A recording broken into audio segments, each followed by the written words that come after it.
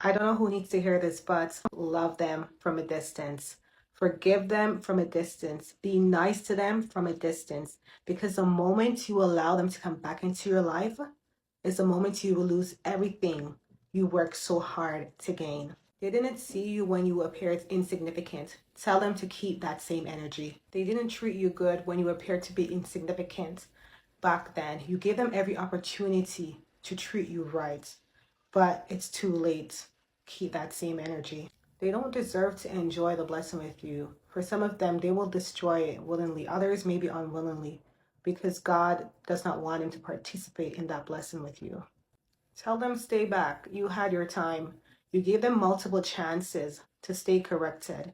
You gave them multiple chances to get it together, to see your worth, to change their behavior, to love you, to accept you, but instead they took your kindness for weakness. They took advantage of you when you needed to be supported.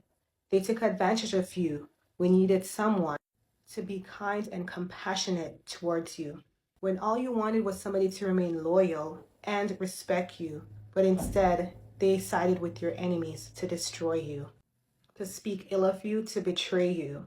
They couldn't see your potential because I made them blind, says God. Tell them to keep that same energy.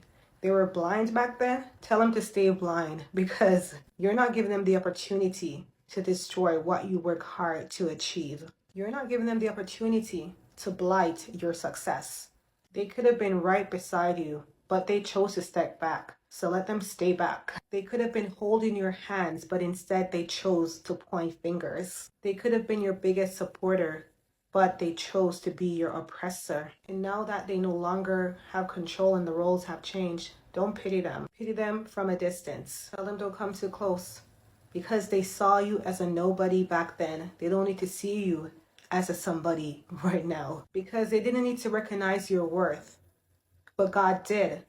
And you were trying to tell them in some way or another that you are destined for greatness, but they refused to see you as such back then.